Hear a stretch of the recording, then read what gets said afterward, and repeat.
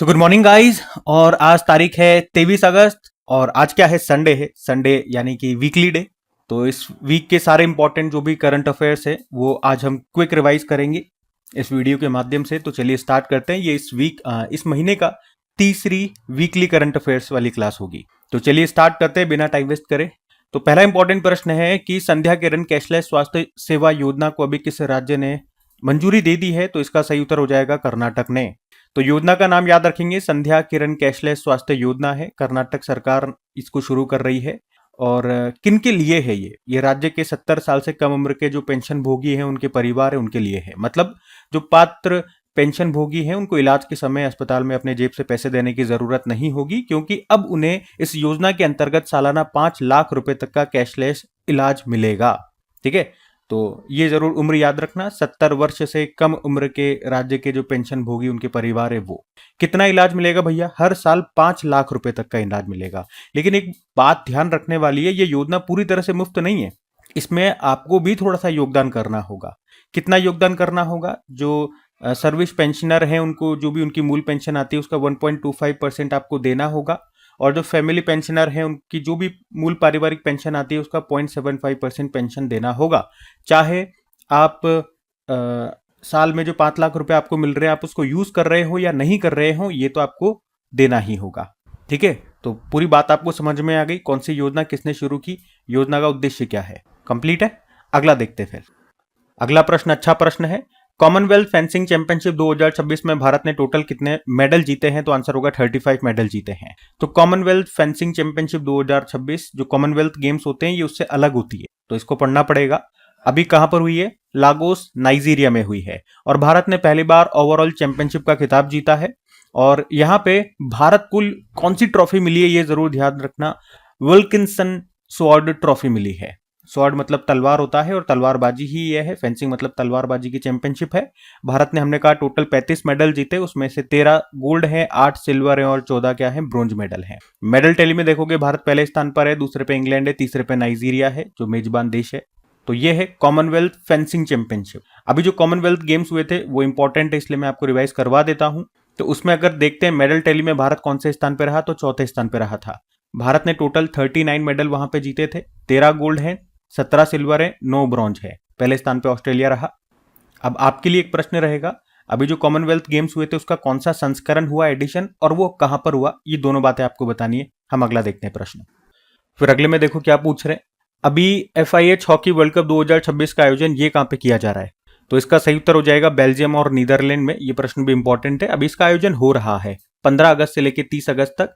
कहां पर? बेल्जियम और नीदरलैंड में। और ये खास क्यों इस बार का? क्योंकि इस बार मतलब यह कहते हैं कि पहली बार मेंस और वुमेन्स दोनों वर्ल्ड कप एक साथ इन दोनों देशों में आयोजित किए जा रहे हैं। तो अभी इसका रिजल्ट आ जाएगा जब हम इसको थोड़ा सा अच्छे से पढ़ेंगे। अभी तो केवल यहाँ पे इतना ही ध्यान रखना है कि कहाँ पे इसका आयोजन हो रहा है। ठीक है, ये स्टैटिक जरूर देख लो। ये मैं बताता हूँ कि इंटरनेशनल हॉकी फेडरेशन स्थापना होती है 1924 में। हेडक्वार्टर लुज़ेन स्विट्जरलैंड में है और इसके हेड है मोहम्मद तैयब इकराम। कहाँ से है ये? पाकिस्तान से। ठीक है, अगला देखते हैं। फिर पूछ रहे हैं अगले में कि अभी हाल ही में पहली multinational multi domain attack drone task force जिसका नाम है फॉल्कन स्ट्राइक, इसकी घोषणा भी किसने की है? तो सही उत्तर हो जाएगा अमेरिका ने। तो पहले बात करें फॉल्कन स्ट्राइक है क्या, तो अमेरिका की पहली बहुराष्ट्रीय यानी कि मल्टीनेशनल और मल्टी डोमेन बहु domain attack drone task force है ये। और इसकी घोषणा भी अमेरिकी सेंट्रल कमांड ने की है। मतलब इसमें अमेरिका और उसके जो भी सहयोगी देश है वो मिलकर के ड्रोन का उपयोग करेंगे। मल्टीनेशनल का मतलब यही हो गया कि इसमें एक से ज्यादा देश शामिल होंगे। ये सारे देश मिलकर के ड्रोन ऑपरेशन और सुरक्षा ऑपरेशन चलाएंगे, सुरक्षा मिशन चलाएंगे। और मल्टी डोमेन का क्या मतलब हो गया कि ड्रोन केवल आसमान में नहीं होगा। भाई हम ड्रोन से यही समझते हैं कि वो आसमान में उड़ता है, बल्कि वो कई क्षेत्रों में काम करेंगे। जैसे कि हवा का ड्रोन हो गया, उड़ने वाले अटैक ड्रोन हो गए, समुद्र की सतह पर चलने वाले बिना चालक वाली नौकाएं होंगी, वो भी ड्रोन का ही रूप है। ड्रोन मतलब जिसमें व्यक्ति नहीं है। और समुद्र के नीचे भी चलेगा, अंडर वाटर ड्रोन भी होगा, यानी कि दुश्मन पर अलग अलग दिशाओं और माध्यमों से एक साथ हमला किया जा सके। तो अभी ये multinational multi domain attack drone task force की अभी घोषणा किसने की है? अमेरिका ने।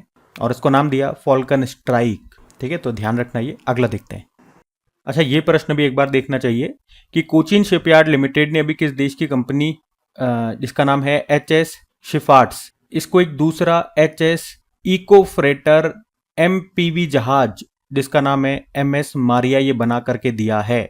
तो ये जो HS शिपयार्ड्स कंपनी है ये जर्मनी की कंपनी है और इसके लिए ही एक जहाज हमने बना करके दिया है। और कहाँ बनाया गया इसको? कोचिन शिपयार्ड लिमिटेड ने बनाया है। जर्मनी की उस कंपनी का नाम याद रखना HS शिपयार्ड्स है और इसी को एक जहाज हमने बनाकर दिया। उस जहाज का नाम क्या है? MS मारिया है। एक्चुअली में हमें उसको 8 इस तरह के जहाज बना करके देने हैं। ये हमारा समझौता हुआ था कि भैया इस तरह के 8 जहाज हम तुमको बना करके देंगे और उसमें ये अभी दूसरा दिया है। ठीक है। अब आप पूछोगे जो पहला वाला था वो कब दिया था, उसका नाम क्या था? तो पहला वाला भी इसी साल जनवरी में हमने दिया था, उसका नाम था MS हिंज। अभी MS मारिया बना करके दिया है जर्मनी को। ठीक है, कोचिन शिपयार्ड लिमिटेड ने। ये ध्यान रखना। अगला देखते हैं। फिर अगले में पूछ रहे हैं, अभी चर्चा में रही भारत की पहली किसी ब्रांड के नाम पर रखी गई स्प्राइट तेजस एक्सप्रेस का संबंध किस रेल मार्ग से है? तो आंसर होगा लखनऊ दिल्ली। मतलब जो आपकी तेजस एक्सप्रेस ट्रेन है जो कि लखनऊ से दिल्ली के बीच में चलती है, अभी कुछ समय के लिए उसका जो नाम है ना वो स्प्राइट तेजस एक्सप्रेस रख दिया गया है। और ये प्रश्न मैं इसीलिए ले रहा हूं क्योंकि ऐसा पहली बार हो रहा है जब भारतीय रेलवे की किसी ट्रेन का नाम किसी कमर्शियल ब्रांड के नाम से जोड़ा जा रहा है। भाई ब्रांड ही तो है स्प्राइट जो आप पीते हो, तो उसकी एडवर्टाइजिंग की जा रही है। यूं समझो ये कोका कोला का एक ब्रांड है स्प्राइट। जैसे नहीं होता कि IPL चलता है तो उसका स्पॉन्सर टाटा है, तो क्या बोलते हैं उसको? टाटा IPL। वीवो अगर उसका ब्रांड होता है तो वीवो IPL। ठीक है, तो जो ब्रांड बनता है उसका नाम रख देते हैं। उसी तरह से अभी जो तेजस एक्सप्रेस चलती है वो ब्रांड कर रहा है या उसको स्पॉन्सर कर रहा है, कैसे भी आप समझ लो, वो एडवर्टाइज करवा रहा है अपना और उसको पैसे दे रहा है रेलवे को। तो स्प्राइट तेजस एक्सप्रेस के नाम से भी इसको जाना जाएगा। कुछ समय की बात है, नवंबर तक का इनका एग्रीमेंट है भैया, नवंबर तक हम एडवर्टाइज करेंगे। कुछ डिब्बे भी होंगे जिनको रंगा जाएगा, पोता जाएगा स्प्राइट की फॉर्म में, प्रचार हो सके। बेसिकली बात यही है।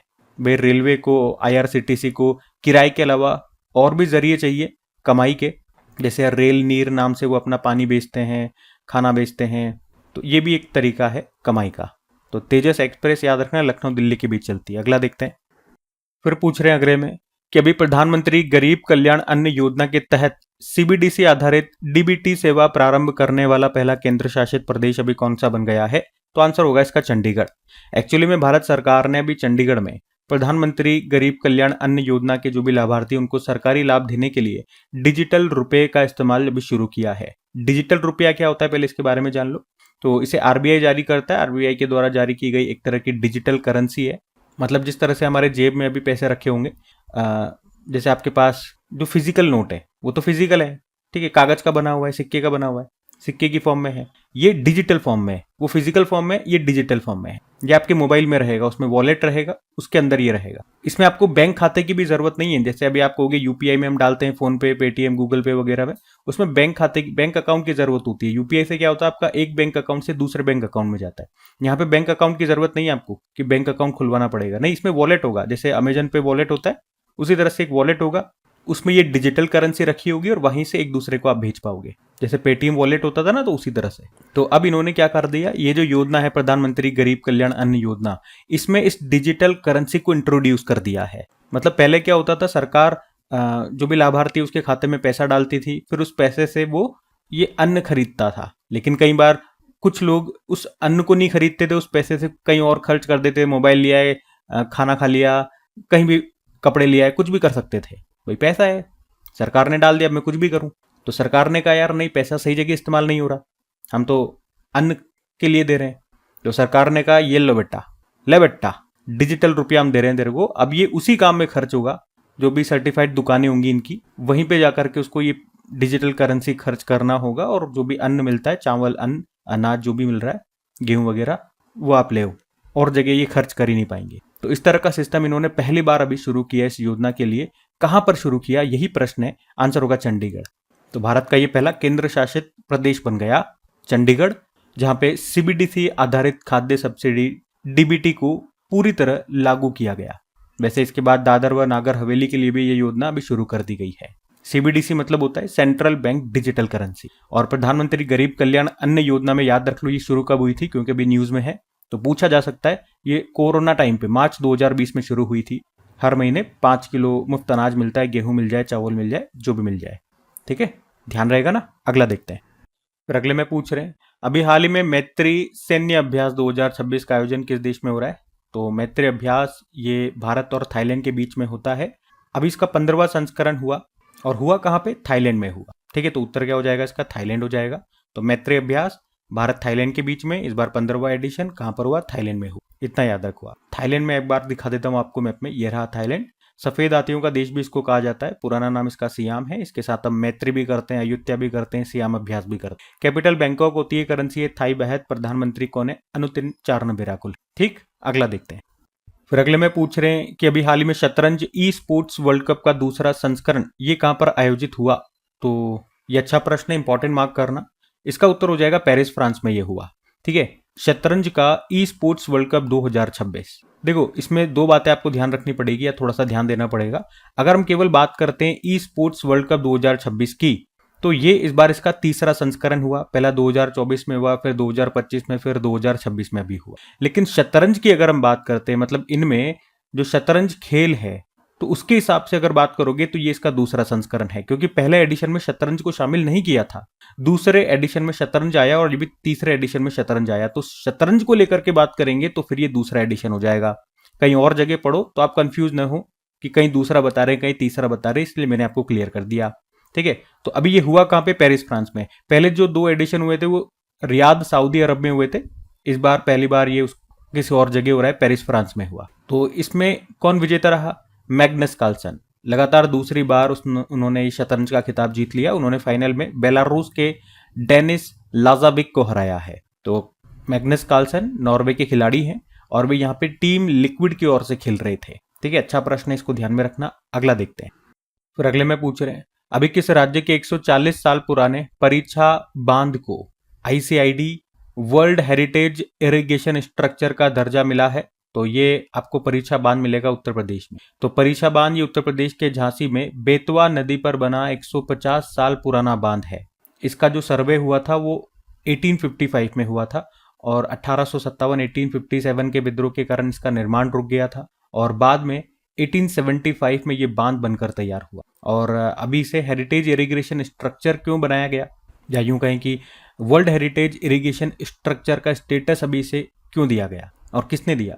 तो ICID, international commission on irrigation and drainage, इसी ने इस परीक्षा बांध को वर्ल्ड हेरिटेज इरिगेशन स्ट्रक्चर की सूची में अभी शामिल किया है या दर्जा दिया है। क्या मतलब हो गया?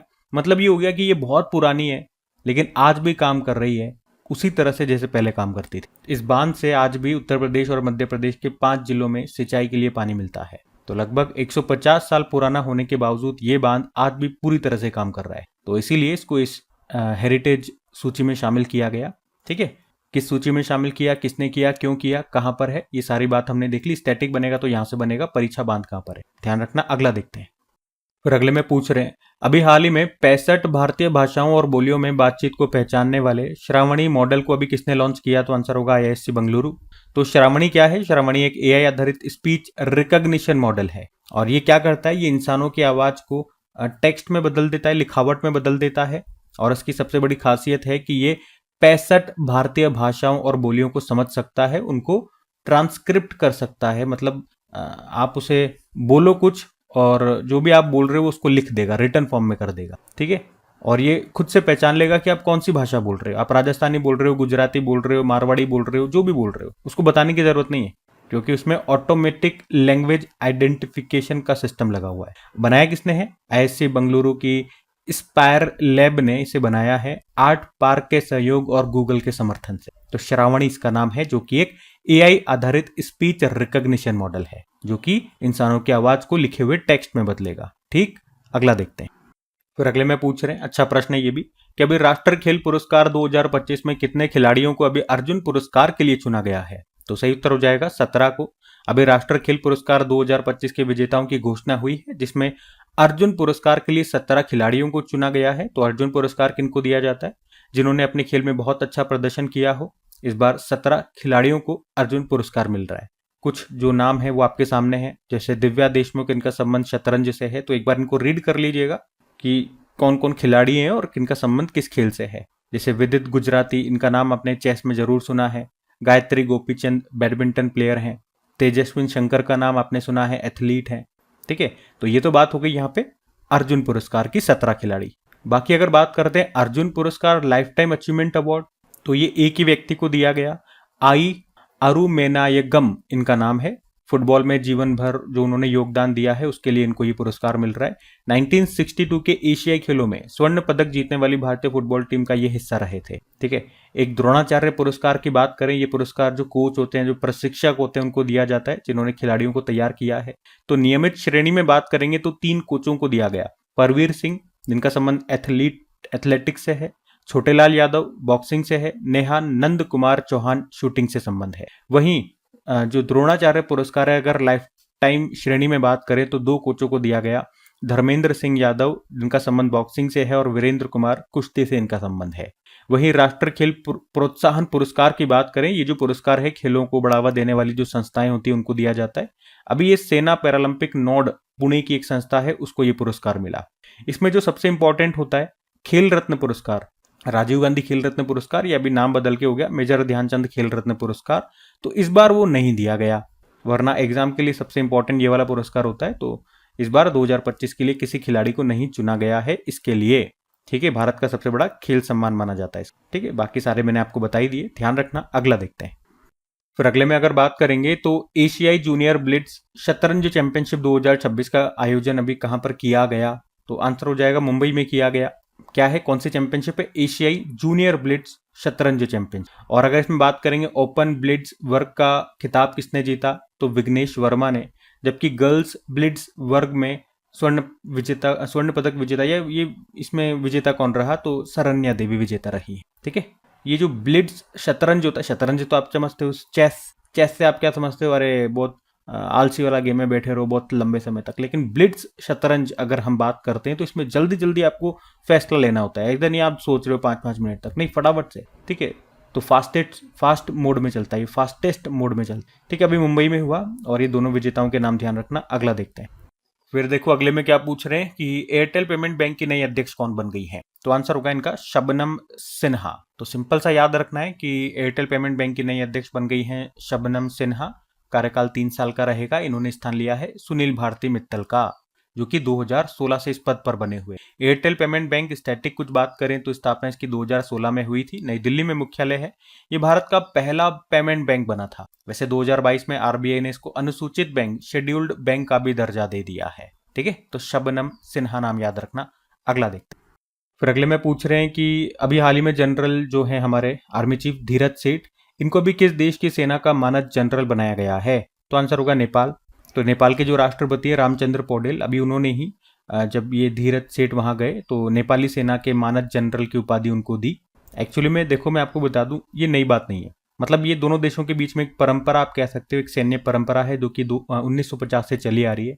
क्या होता है इसमें कि भारत के जो सेना प्रमुख होते हैं इनको नेपाल की सेना में मानद जनरल बनाया जाता है। उसी तरह से नेपाल के सेना प्रमुख जो हैं उनको भारत की सेना में मानद जनरल बनाया जाता है। एक दूसरे को इस तरह से सम्मान देते हैं। इससे दोनों देशों की सेनाओं के बीच दोस्ती, सम्मान और जो संबंध है वो मजबूत होते हैं। अच्छा, नेपाल के सेना प्रमुख कौन है? हमारे तो धीरज सेठ है। उनके कौन है?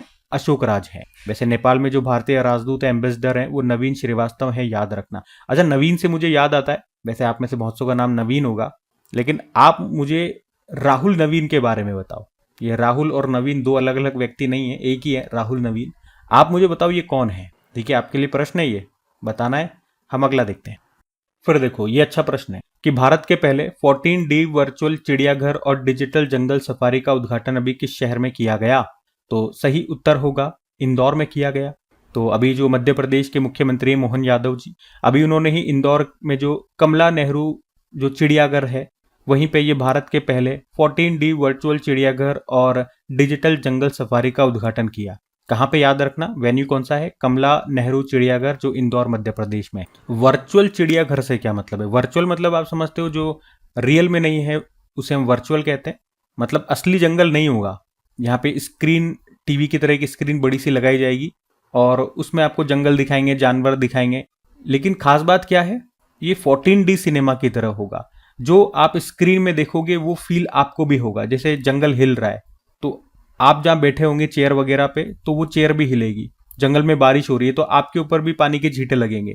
अगर वहां हवा चल रही है जंगल में तो आपकी तरफ भी इधर हवा लगाई जाएगी, चाहे फैन से लगाएं चाहे कैसे भी लगाएं। तो मतलब वैसा ही फील आपको होगा, एक्चुअल फील आप करोगे कि यार जैसे हम खुद जंगल में घूम रहे हैं। तभी इसको 14D सिनेमा कहा है। ठीक है, तो जो आपको याद रखनी है लाइन वो यही है ये भारत का पहला 14D वर्चुअल चिड़ियाघर और डिजिटल जंगल सफारी है जिसका उद्घाटन अभी इंदौर में किया गया।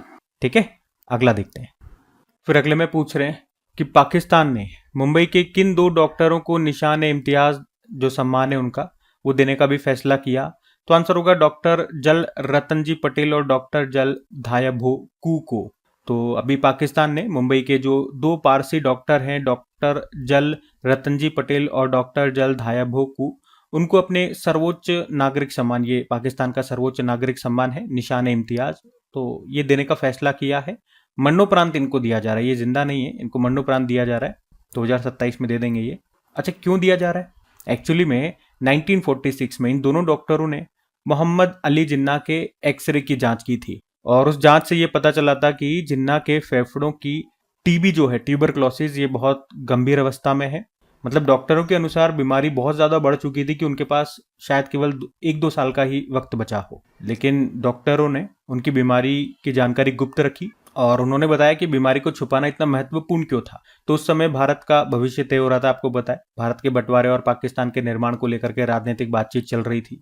अगर ब्रिटिश सरकार और नेताओं को ये पता चल जाता कि जिन्ना बहुत गंभीर रूप से बीमार है, अब उनके पास ज़्यादा समय नहीं है, तो जो बंटवारे का फैसला है वो कुछ अलग रूप से हो सकता था, बंटवारे में देरी हो सकती थी, पाकिस्तान बनने का समय या परिस्थितियां बदल सकती थी। तो ये सब कारण है। पाकिस्तान इन दोनों डॉक्टरों की जो पेशेवर गोपनीयता है, जो उन्होंने गोपनीय रखा है इस बात को, इसको महत्वपूर्ण वो मान रहा है, तो इसीलिए वो इनको ये सम्मान दे रहा है। निशान इम्तियाज याद रखना, ये किस देश का सर्वोच्च सम्मान है, प्रश्न ऐसे आएगा तो पाकिस्तान आंसर करना है और दोनों डॉक्टरों के नाम याद रखने हैं। मुंबई के 2 पारसी डॉक्टर थे, ये इनका संबंध भारत से है, तो इसीलिए प्रश्न आपको हर एस्पेक्ट में आपको ध्यान रखना पड़ेगा। ठीक है, अगला देखते हैं।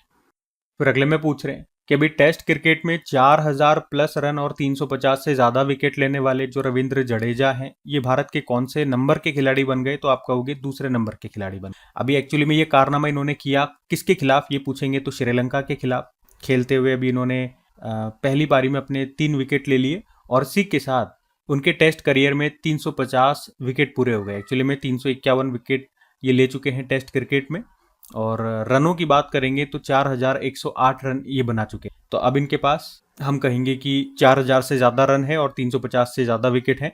कहाँ पे? टेस्ट क्रिकेट में। और ऐसा करने वाले ये दूसरे भारतीय बन गए।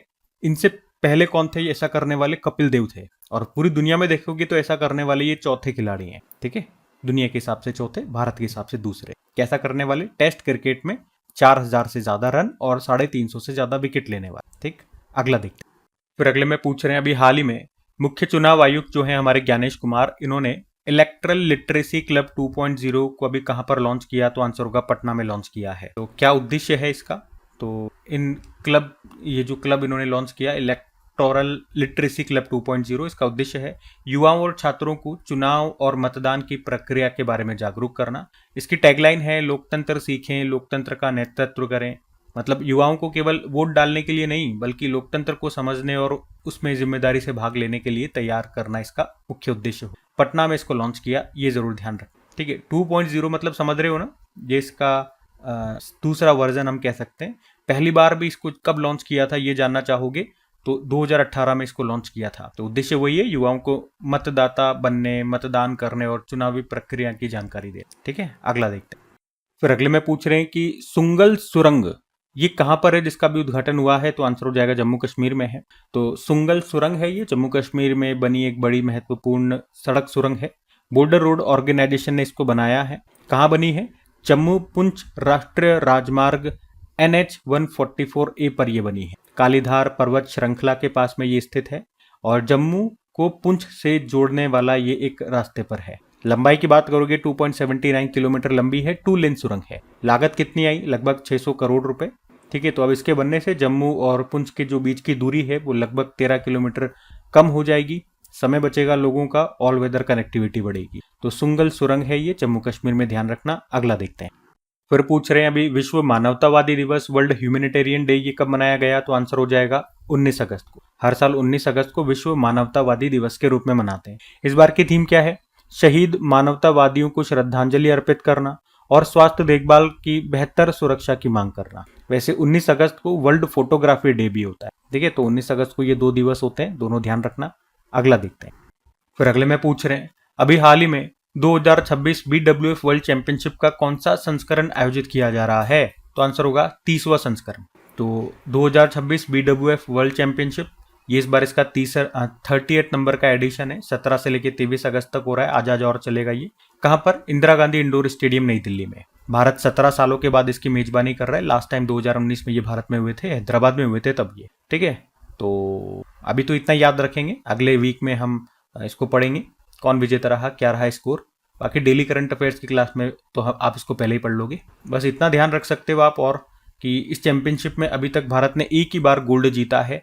वो गोल्ड लेकर के आई थी पीवी सिंधु 2019 में। इस चैंपियनशिप में पहली बार जो मेडल हम लेकर के आए थे वो 1983 में लेकर के आए थे। कौन? प्रकाश पादुकोण हमारी तरफ से लेकर के आए थे।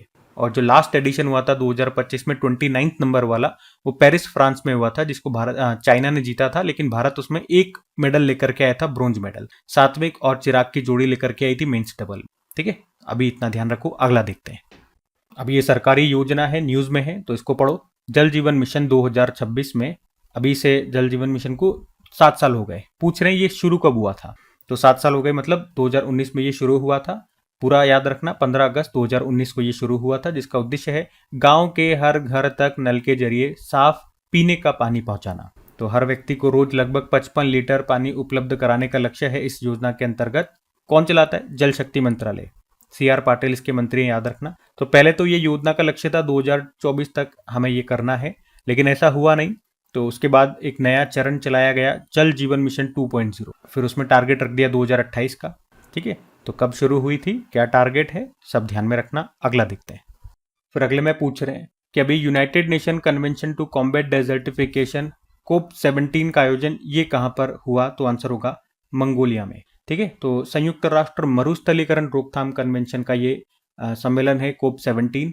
अभी ये 17 से लेकर 28 अगस्त तक आयोजित किया जा रहा है। कहां पर? मंगोलिया की कैपिटल उलन-बटोर। थीम क्या है? रिस्टोरिंग लैंड, रिस्टोरिंग होप, भूमि की बहाली, उम्मीद की बहाली। और आयोजन करने का उद्देश्य है मरुस्थलीकरण, भूमि क्षरण और सूखे की चुनौतियों से निपटना। अच्छा, यहाँ पे एक और बात आप ध्यान रख सकते हैं कि भारत ने इस समिट के दौरान अपनी एक बुक, एक गाइड को लॉन्च किया है, जिसका नाम है guide to grassland and other open natural ecosystem of India. मतलब ये गाइड भारत के ग्रासलैंड्स और अन्य जो भी प्राकृतिक खुले क्षेत्र हैं उनके बारे में जानकारी दी। अच्छा, मरुस्थलीकरण से आपको ध्यान रखना है या याद आएगा कि विश्व मरुस्थलीकरण और सूखा रोकथाम दिवस, World Day to Combat Desertification and Drought, ये कब मनाया जाता है? 17 जून को मनाया जाता है। ठीक है, और अभी ये COP17 इसका हुआ कहां पे? उलन-बटोर, मंगोलिया में। दोनों बातें ध्यान रखेंगे।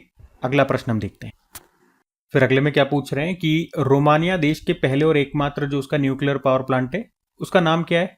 अभी चर्चा में है क्योंकि इन्होंने उसको भी बंद कर दिया। तो आंसर होगा केर्नावोडा न्यूक्लियर पावर प्लांट। अब इसको आप कैसे रीड करते हो, प्रोनाउंसिएशन सेर्नावोडा या केर्नावोडा, वो आप देख लेना।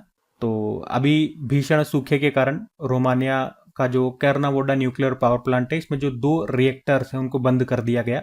ये रोमानिया का पहला और एकमात्र न्यूक्लियर पावर प्लांट था। क्यों बंद कर दिया गया?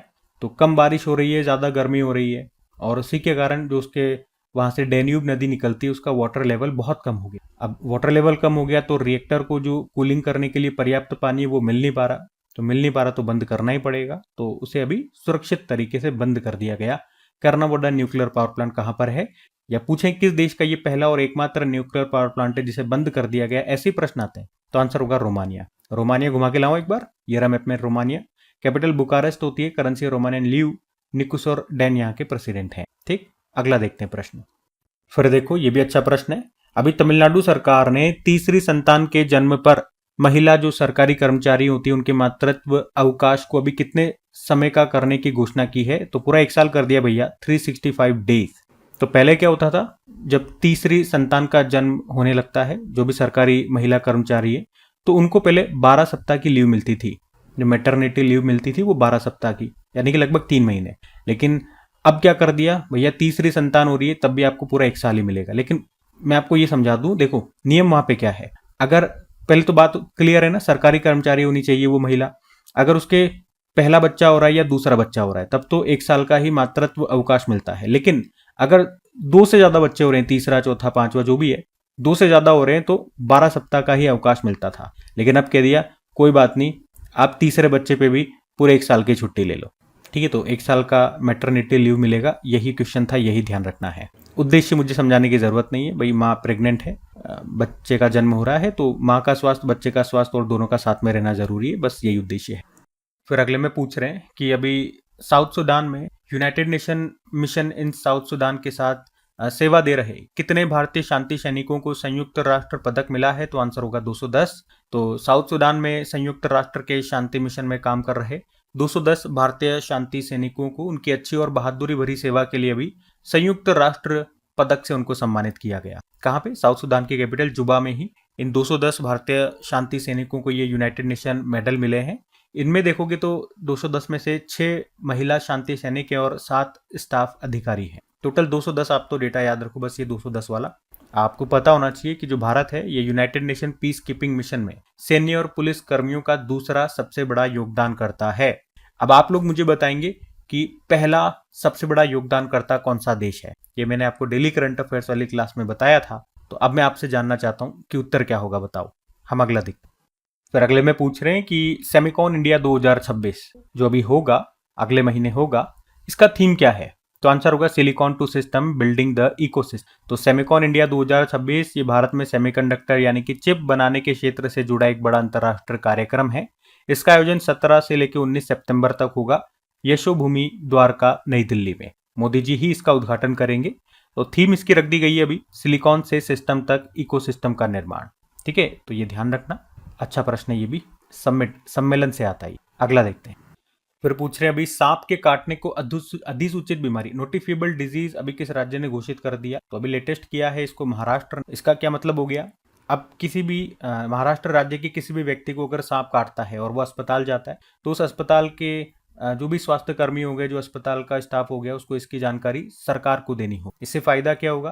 पहले सांप के काटने के मामले का रिकॉर्ड सरकार के पास नहीं होता था, लेकिन अब हर मामले की जानकारी सरकार के पास होगी कि भैया कितने लोगों को सांप काट रहा है, कहाँ पे ज्यादा काट रहे हैं, कहाँ पे कम काट रहे हैं। तो इससे क्या होगा फायदा? इससे जरूरत वाले क्षेत्रों में इलाज की व्यवस्था बेहतर हो सकेगी। एंटी स्नेक वेनम जो हो गया, यानी कि सांप के जहर का इलाज करने वाली जो दवाई होगी, वो पर्याप्त रूप से उपलब्ध करा पाएगी सरकार।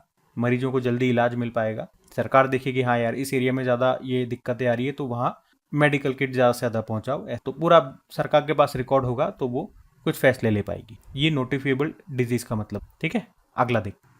फिर देखो अगले में क्या पूछ रहे हैं कि अभी हाल ही में प्रधानमंत्री इंटर्नशिप स्कीम इंडस्ट्री अवार्ड 2026 में ओवरऑल इंडस्ट्री चैंपियन का पुरस्कार अभी किसने जीता?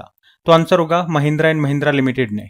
तो ये जो भारत सरकार की प्रधानमंत्री इंटर्नशिप योजना है ना, इसके तहत कंपनियां युवाओं को इंटर्नशिप और काम का अनुभव देने का मौका देती है, और इसी योजना में अच्छा काम करने वाली कंपनियों को अभी इंडस्ट्री अवार्ड 2026 दिए गए।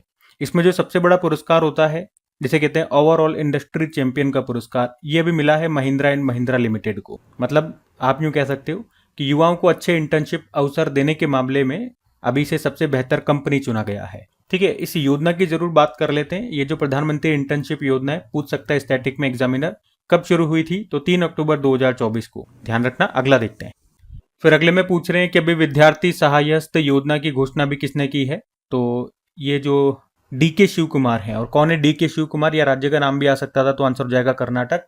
तो आप कहोगे कि कर्नाटक के जो मुख्यमंत्री हैं डीके शिव कुमार, और इन्होंने ग्रामीण और सरकारी स्कूलों के गरीब विद्यार्थियों के लिए ही ये विद्यार्थी सहायता योजना की घोषणा की है। तो क्या है ये योजना? इसमें गांव के जो सरकारी स्कूलों में पढ़ने वाले जो बच्चे हैं, अगर वो आगे चलकर मेडिकल या इंजीनियरिंग जैसे प्रोफेशनल कोर्स में प्रवेश लेना चाहते हैं, तो उनके लिए है ये योजना। उन्हें यहाँ पे 7.5% का विशेष आरक्षण दिया जाएगा। ये अलग से कोई नया कोटा बना करके नहीं दिया जाएगा, पहले से जो मौजूद 15% ग्रामीण आरक्षण है उसी के अंदर ये दिया जाएगा। तो इसका लाभ मिलेगा किनको? वो विद्यार्थी जो कक्षा 1 से 10वीं तक की उन्होंने पढ़ाई ग्रामीण क्षेत्र के सरकारी स्कूल में की है, उन छात्रों को इसका फायदा मिलेगा। अगर वो मेडिकल, इंजीनियरिंग या निर्धारित प्रोफेशनल कोर्स में प्रवेश लेना चाहते हैं, तो उनको इसका फायदा मिलेगा। ठीक है, विद्यार्थी सहायता योजना याद रखना, कर्नाटक ने शुरू की। फिर अगले में पूछ रहे हैं कि अभी टेस्ट क्रिकेट में 100 छक्के लगाने वाले पहले भारतीय बल्लेबाज कौन बन गए? तो इसका सही उत्तर हो जाएगा ऋषभ पंत। और ये टेस्ट भी अभी खेला जा रहा था किसके खिलाफ? श्रीलंका के खिलाफ ही, और वहीं पे ऋषभ पंत ने ये रिकॉर्ड बनाया। मतलब टेस्ट क्रिकेट में उन्होंने अपने 100 छक्के पूरे कर लिए और ऐसा करने वाले वो पहले भारतीय बल्लेबाज बन गए हैं। तो प्रश्न हमारे लिए इंपॉर्टेंट रहेगा। ये उपलब्धि अगर आप जानना चाहो उन्होंने कितने टेस्ट मैचेस खेल करके हासिल की है, तो 51 टेस्ट मैचेस वो खेले हैं। और जो 100वां छक्का उन्होंने लगाया ये उनकी 79वीं टेस्ट पारी में लगाया। 89 नंबर की टेस्ट पारी में उन्होंने ये 100वां छक्का लगाया। और 100वां छक्का उन्होंने किस गेंदबाज के खिलाफ लगाया, तो श्रीलंका के लाहिरू कुमारा जो गेंदबाज बॉलर है उनके खिलाफ उन्होंने अपना ये टेस्ट में 100वां छक्का लगाया। ठीक है, तो ऐसा करने वाले पहले भारतीय बल्लेबाज बने हैं, तो आपको ध्यान रखना है इनका नाम। अच्छा प्रश्न है। अच्छा, यहाँ पे कुछ प्रश्नों में मैं आपको थ्योरी नहीं दे पा रहा हूँ, जैसा कि सारे प्रश्नों में दे रहा हूँ। एक्चुअली वो जो मेरी शीट है वो डिलीट हो गई है, PDF या पावर पॉइंट दोनों मेरे पास से हट गई है। और अपनी जो क्रैक एग्जाम एप्लीकेशन है उसमें भी एक आध दिन से दिक्कत आ रही है। एप्लीकेशन में भी पता नहीं बहुत पैसा खर्च किया है, बहुत पैसा लगता रहता है, लेकिन डेवलपर ने कुछ मेरे को लगता नहीं मज़े वाला काम किया। बात भी तुरंत नहीं सुनते हैं, परेशानी है एक तरह से एप्लीकेशन के मारे तो देख। लेकिन आप लोगों के लिए एक यूँ समझो ज़बरदस्ती जेब से पैसा खर्च करके चला रहे हैं, ताकि कुछ बच्चे हैं जो क्विज़ वगैरह लगा लेते हैं, टेस्ट वगैरह कर लेते हैं, PDF मिल जाती है उनको, बस इसीलिए। और तो मेरी तरफ से तो वो लॉस में ही देखा जाता है, जेब से पैसे जाते हैं और मज़ा आता नहीं हो। ठीक है, तो कुछ क्वेश्चन में थ्योरी नहीं मिलेगी, फिर आगे मिल जाएगी। अगला देखते हैं। फिर अगले में पूछ रहे हैं, राष्ट्र महिला आयोग ने महिलाओं के डिजिटल सशक्तिकरण को बढ़ावा देने के लिए अभी यशोदा AI पहल को कहाँ शुरू किया, तो अभी इसको पंजाब में इन्होंने शुरू किया है। ठीक है, तो याद रखेंगे यशोदा AI जो पहल है ये राष्ट्र महिला आयोग की एक पहल है, जिसका उद्देश्य है महिलाओं को AI और डिजिटल तकनीक के बारे में सिखाकर उन्हें डिजिटल रूप से मजबूत बनाना है। और अभी इसका विस्तार पंजाब के जालंधर में किया गया है। जो राष्ट्र महिला आयोग की जो अध्यक्ष कौन है, विजया रहाटकर, उन्होंने ही यहाँ पे इसको शुरू किया। ठीक है, तो उद्देश्य पता चल गया ना। इस पहल का उद्देश्य क्या है, महिलाओं के लिए मुख्य रूप से कि वो AI का सही इस्तेमाल कर सके, मोबाइल के बारे में, इंटरनेट के बारे में उनको जानकारी दी जाएगी, ताकि वो सुरक्षित तरीके से उसका इस्तेमाल कर सकें। आजकल जो ऑनलाइन ठगी हो रही है, साइबर अपराध होते हैं, उससे वो बच सके। ठीक है, वैसे आप यहाँ पे ध्यान रख सकते हैं कि ये जो यशोदा पहल है, इसको पहली बार जो शुरू किया था ना राष्ट्र महिला आयोग ने, ये मई 2025 में किया था। बरेली उत्तर प्रदेश से इसकी शुरुआत की थी। और ये भारत का पहला महिलाओं के लिए AI साक्षरता अभियान है। ठीक है, ये भी ध्यान रखना थोड़ा सा। अगला देखते हैं प्रश्न। अब ये अच्छा बुक वाला प्रश्न है कि हमारे जो पूर्व उपराष्ट्रपति रहे M वेंकैया नायडू जी, अभी उनकी जीवनी पर आधारित एक हिंदी पुस्तक को लॉन्च किया गया, उसके लेखक का नाम पूछ रहे हैं। एक्चुअली मुझे यहाँ पे बुक का नाम भी रखना चाहिए था ना, क्वेश्चन में एग्जाम में आएगा तो बुक का नाम जरूर आएगा। वैसे मैंने यहाँ नीचे लिख दिया बुक का नाम क्या है, जनप्रिय नेता वेंकैया नायडू उदयगिरी से उपराष्ट्रपति तक। तो उन्हीं के जीवन पर आधारित ये एक हिंदी में पुस्तक है। तो इसको अभी लॉन्च किया गया नई दिल्ली में। लेखक का नाम याद रखना वाई लक्ष्मी प्रसाद है, जो कि पूर्व राज्यसभा सांसद भी रह चुकी हैं। ठीक है, तो ध्यान रखना, अच्छा प्रश्न है ये। फिर ये लो एक और अच्छा प्रश्न कि बांग्लादेश के भी नए राष्ट्रपति बन गए, क्या नाम है, मिर्जा फखरुल इस्लाम आलमगीर। अभी बांग्लादेश में राष्ट्रपति पद के लिए चुनाव हुए और इसमें बांग्लादेश नेशनल पार्टी के जो वरिष्ठ नेता हैं मिर्जा फखरुल, वो अभी यहाँ के राष्ट्रपति चुने गए। इस तरह से ये बांग्लादेश के अब 23वें राष्ट्रपति बन गए हैं। और इन्होंने किनका स्थान लिया, मोहम्मद शहाबुद्दीन का। अभी कुछ समय पहले जुलाई में उन्होंने इस्तीफा दे दिया था।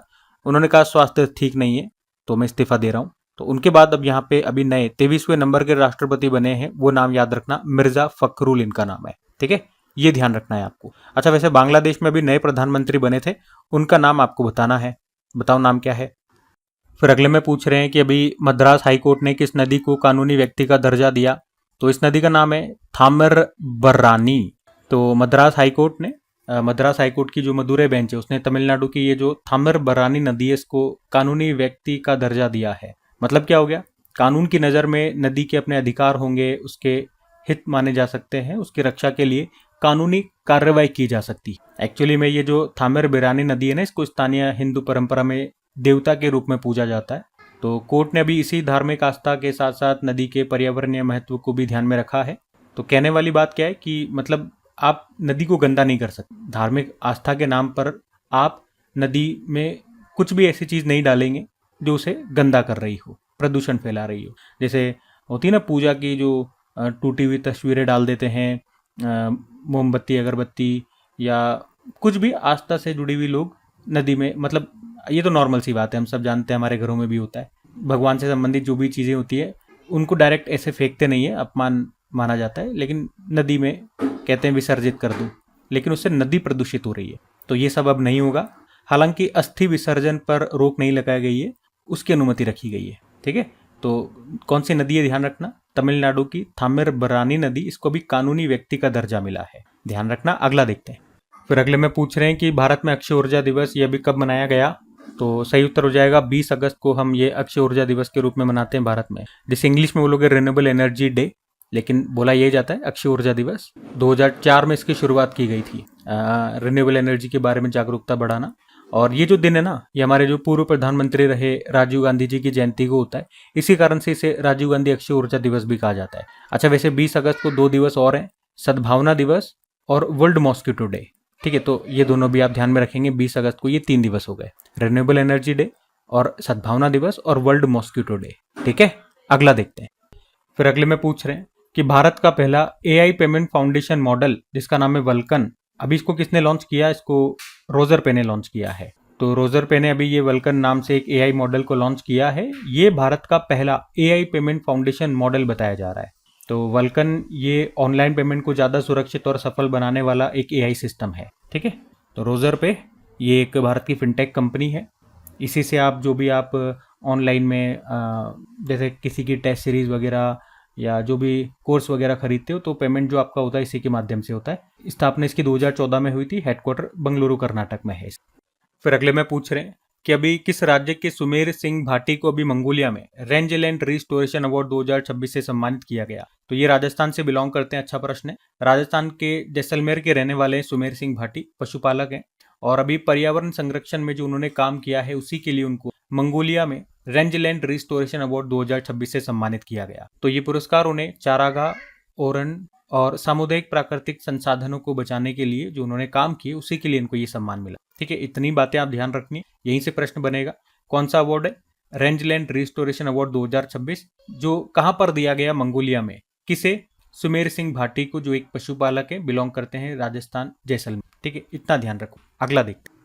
फिर अगले में पूछ रहे हैं कि अभी अपील और शिकायत पोर्टल जिसका नाम है ऐप कॉम्स 2.0 को लॉन्च किया किसने? तो आंसर होगा केंद्रीय सूचना आयोग ने, यानी कि सेंट्रल इंफॉर्मेशन कमीशन। ये इनका एक नया ऑनलाइन पोर्टल है और इसका काम है आरटीआई यानी कि सूचना का अधिकार अधिनियम 2005 से जुड़ी दूसरी अपील और शिकायतों को ऑनलाइन तरीके से संभालना। ये इसका दूसरा चरण है। 2.0 मतलब दूसरा वर्जन है।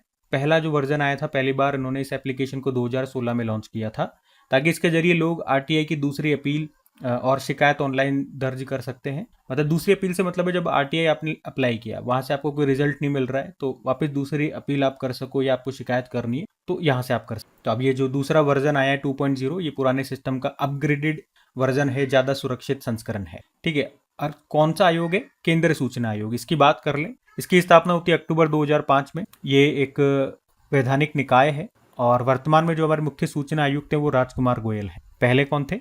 फर्स्ट नंबर के वजाहत हबीबुल्ला। ठीक है, तो ये जो आयोग है इसका काम क्या होता है? ये सुनिश्चित करता है कि लोगों को आरटीआई के माध्यम से सरकारी विभागों से जरूरी जानकारी मिल सके। अगला देखते हैं। फिर अगले में पूछ रहे हैं कि भारत सिंगापुर मंत्री स्तरीय गोलमेज सम्मेलन का भी चौथा संस्करण ये कहां पर हुआ? तो सही उत्तर हो जाएगा सिंगापुर में हुआ। ठीक है, तो भारत सिंगापुर मंत्री स्तरीय गोलमेज सम्मेलन है, मतलब भारत और सिंगापुर के बीच में होने वाली एक उच्च स्तरीय बैठक है जिसमें दोनों देशों के मंत्री मिलकर के आपसी सहयोग और आर्थिक संबंधों पर चर्चा करते हैं। अभी इसका आयोजन 20 अगस्त को हुआ सिंगापुर में और इस बार ये इसका चौथा संस्करण था। भारत की ओर से किन किन मंत्रियों ने यहाँ पे हिस्सा लिया?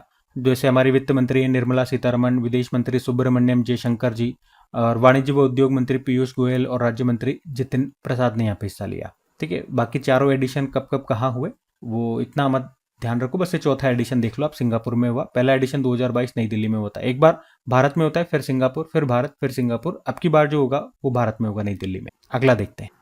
फिर अगला ये अवार्ड वाला प्रश्न है, अच्छा प्रश्न है कि सरला पुरस्कार 2026 अभी किसे दिया गया? तो ये दिया गया आशुतोष परिदा को। ये उड़िया भाषा के प्रसिद्ध कवि हैं आशुतोष परिदा, और इन्हीं को भी 2026 का ये 47वां दिया जा रहा है सरला पुरस्कार इस बार जो इनको मिला है। और इन्हें इनके कविता संग्रह विश्वास दे पृथ्वी के लिए ये पुरस्कार मिला है। इस पुरस्कार में 7 लाख रुपए मिलते हैं। ठीक है, तो ये जो पुरस्कार की बात करें, ये पुरस्कार उड़िया भाषा में महत्वपूर्ण साहित्यिक योगदान देने वाले लोगों को दिया जाने वाला एक वार्षिक पुरस्कार है। Indian metals public charitable trust इस पुरस्कार को देता है। तो याद रखने वाली बात क्या है, सरला पुरस्कार दिया गया किसे इस साल 2026 का, आशुतोष परिदा को 47वां ये सरला पुरस्कार है उनके कविता संग्रह विश्वास दे पृथ्वी के लिए। ठीक है, अगला देखते हैं। फिर अगले में पूछ रहे हैं कि अभी विश्व वरिष्ठ नागरिक दिवस कब मनाया गया, वर्ल्ड सीनियर सिटीजन डे, तो आंसर हो जाएगा 21 अगस्त को। और यहाँ पे मैंने ये भी बताया कि सीनियर सिटीजन वरिष्ठ नागरिकों से संबंधित 2-3 दिवस होते हैं, तो आप कंफ्यूज न होना, एक साथ बता रहा हूँ, ध्यान से सुनो। वरिष्ठ, हमने कहा विश्व वरिष्ठ नागरिक दिवस तो हो गया 21 अगस्त। एक अंतर्राष्ट्रीय वृद्धजन दिवस होता है 1 अक्टूबर को, और विश्व बुजुर्ग दुर्व्यवहार दिवस ये होता है 15 जून को। तीनों आपको ध्यान में रखने होंगे ताकि आप कंफ्यूज कि यार कौन सा क्या वाला है। ठीक है, ध्यान रखना। अगला देखते हैं। फिर अगले में पूछ रहे हैं कि अभी कर्नाटक सरकार ने छात्रों को एआई और कोडिंग की शिक्षा किस कक्षा से शुरू करने की घोषणा की। कक्षा 6ठी से शुरू कर देंगे, बताओ यार, बच्चों को पढ़ने नहीं, कितना बर्डन आ गया। तो कर्नाटक सरकार ने अभी छात्र भविष्य तकनीकी के लिए तैयार करने के लिए 6ठी कक्षा से ही स्कूलों में एआई और कोडिंग की घोषणा कर, और इसके लिए 2 योजनाओं ये लेकर के आ रहे हैं। 2 योजनाओं के माध्यम से जाएगा, एआई अक्षरा अभियान और कोडिंग गुरुकुल। नाम से समझ में आ रहा है कोडिंग गुरुकुल में क्या होगा बच्चों, और मुफ्त कोडिंग कक्षाएं चलेंगी ताकि वो प्रोग्रामिंग, कोडिंग वगैरह। और जो एआई अक्षरा अभियान है, इसमें एआई की शुरुआती जो समझ है या एआई से इंट्रोड्यूस, ताकि भविष्य में एआई के बारे में उनको नया नया न, और आगे जाकर के एआई का ही जमाना है, नौकरी वगैरह। ठीक है, कर्नाटक ने। तो ये थी हमारी वीकली करंट अफेयर्स की क्लास। हमने इस वीक के जो भी इंपॉर्टेंट प्रश्न थे वो सारे कवर किए हैं। जितना मुझे डिटेल में जाना चाहिए था या जितना हर प्रश्न को बताना चाहिए था, मैंने उतना समय लिया, ज्यादा डिटेल में नहीं गए, वरना फिर तो डेली करंट अफेयर्स वाली क्लास ही हो जाती। क्या मतलब, वीकली मतलब क्विक रिवीजन। बताइए कमेंट करके सेशन आपको कैसा लगा। बाकी फिर से एक ही रिक्वेस्ट मैं करूंगा, जिन लोगों को ये वीकली करंट अफेयर्स की क्लास अच्छी लगती है, आप लोग चाहते हैं कि ये सेशन इसी तरह से और आपका रिवीजन होता रहे, तो प्लीज सपोर्ट भी कीजिए। आप ही लोगों के लिए क्लास चल रही है, तो आप ही लोगों से सपोर्ट की गुजारिश कर, उम्मीद करूंगा। अपने दोस्तों के साथ में स्टडी ग्रुप में यार एक बार शेयर जरूर, क्योंकि आप देखोगे जो डेली करंट अफेयर्स वाली क्लास है उसमें जितने व्यूज आते हैं उसमें भी कम ही व्यूज आते हैं, लेकिन उसकी तुलना में इसमें भी बहुत कम है, 50% भी नहीं है, 20%, 30%। मतलब क्या हो गया इसका, ये बहुत कम बच्चे हैं जो वीकली देखना पसंद। तो अगर आप लोग देखना पसंद करते हैं तो अपनी तरह के लोगों को जोड़ी वीकली देखना पसंद करते हैं। हम नहीं कह सकते हैं कि हर स्टूडेंट देखेगा ही, कोई डेली देखते हैं, कोई वीकली देखते हैं, या जो भी है, जो दोनों देखते हैं। तो प्लीज अपने दोस्तों को जोड़िए ताकि हमारा ये सेशन भी चले, इसको भी रेस्पॉन्स मिले। सेशन बनाने की जिम्मेदारी तो मेरी होती है, आप मुझसे कहते हैं, अब इसको शेयर करने की जिम्मेदारी तो आप पे, तो मैं आप ही से कहूंगा, मैं तो कर नहीं सकता। तो सपोर्ट, तो आज के लिए इतने रखते हैं। राधे राधे।